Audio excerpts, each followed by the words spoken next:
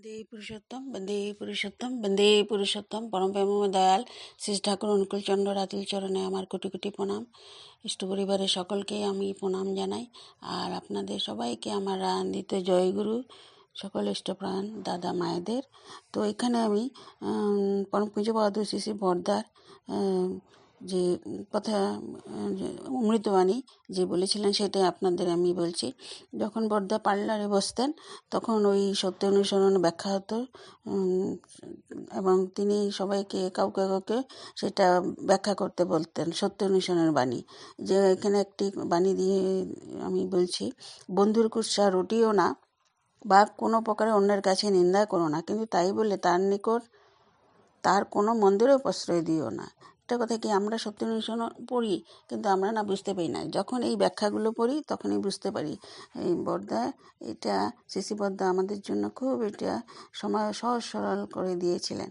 তো যাই হোক, এটার মানে কি হলো, বন্ধুর কুৎসা রটিও না ব্যাখ্যা করেছেন।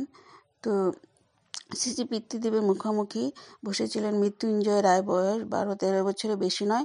শ্রী পিতৃদেব তাকে আলোচনা করতে নির্দেশ দিলেন। শ্রী পিতৃদেব, তুমি কি করো? আমি ইষ্টের কাজ করি। পড়াশোনা করো না? আজ্ঞে করি। তাহলে বলো, আমি ছাত্র, লেখাপড়া শেখো কি জন্য? সৎ কাজ করার জন্য, মানুষ হবার জন্য, ছেলেটি বলল। তো মানুষ হবার জন্য, তো কি করে মানুষ হবে? লেখাপড়ার সঙ্গে মানুষ হবার কি সম্পর্ক? শ্রী বর্দা বললেন।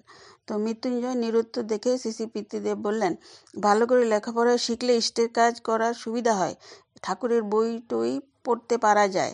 এখন বাণীটা আলোচনা করো। মৃত্যুঞ্জয়, আমি পাশ করলাম, আমার বন্ধু পাশ করতে পারিনি, প্রমোশন পেল না। আমি সবার কাছে বলে বেড়াচ্ছি আমার বন্ধু পাশ করতে পারিনি। পিতৃদেব বললেন, পাশ করতে পারিনি যখন বলেছি তখনই পাশ করতে না পারার কোনো কারণ থাকতে পারে।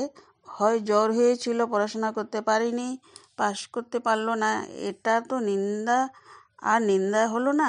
মৃত্যুঞ্জয় বলল, আমি বলে বেড়াচ্ছি পাশ করিনি, আড্ডা মেরে বেড়ায়, এটাও নিন্দা, বন্ধুর নিন্দা করব না।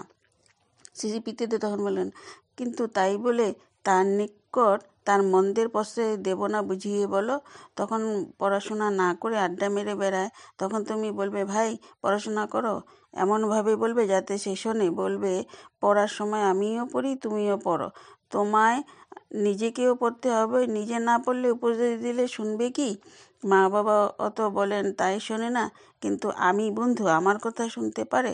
বন্ধুদের সঙ্গে তো সে আড্ডা দেবে, তাই পড়ার সময় তোমার কাছে গেলে তুমি বলবে এটা পড়ার টাইম, ক্লাসের পড়া রয়েছে। এমনভাবে বলতে হবে, এমনভাবে চলতে হবে যাতে সে তোমার কাছে আড্ডা বা বাজে কথার প্রশ্রয় না পায়। আর যদি লোকের কাছেও বলে বেড়ায় পড়ে না, আড্ডা মেরে বেড়ায়, আমাদের পড়তে দেয় না, ফেল করে, তাহলে তার নিন্দা করা হয়। তুমি যদি তার নিন্দা না করে পড়াশোনা করতে থাকো, তাহলে সেও তোমার দেখা দেখি পড়াশোনা শুরু করবে। এইবার শ্রী পিতৃদেব সৎসঙ্গ পেশে কর্মী ঋষিকেশদের 16-17 দিকে ফিরিয়ে বললেন, তুমি তো পড়াশোনা করো না? ঋষিকেশ তখন বলল, আজ্ঞে না পিতৃদেব, কিন্তু তোমার বন্ধু আছে, উপমা দিয়ে উদাহরণটা বুঝিয়ে দাও। ঋষিকেশ তখন বললো, আমার বন্ধু বিনা কারণে কাউকে মারলো, তখন ওকে ডেকে নিয়ে বলবো, কেন তুমি শুধু শুধু মারলে? পিতৃদেব, এত গেলো বিনা কারণে মারলে কি করবে? আর যদি কারণে মারে?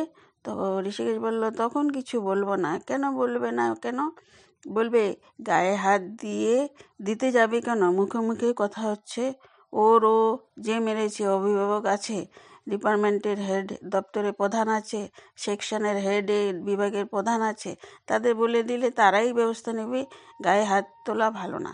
তা ভিন্ন সেও বলবে, দেখে নিব। তো ইষ্ট প্রসঙ্গ এটা 1-2-76 ইংরাজি এই আলোচনা, এটা ব্যাখ্যা হয়েছিল, এটা আপনাদের পড়েছিলাম। আমরা সত্যনারায়ণ বইটা পড়ি, কিন্তু কী হচ্ছে, প্রত্যেকটা অর্থটা আমরা বুঝতে পারি না। কিন্তু এই যে পরম পূজ্য সেইটাই আমাদের কাছে ব্যাখ্যা করে করে প্রত্যেক দিন বসে বাণীগুলোর সহজ সরল করে দিয়েছেন আমাদের কাছে। তো জয়গুরু, বন্দে পুরুষোত্তম, ভালো থেকো।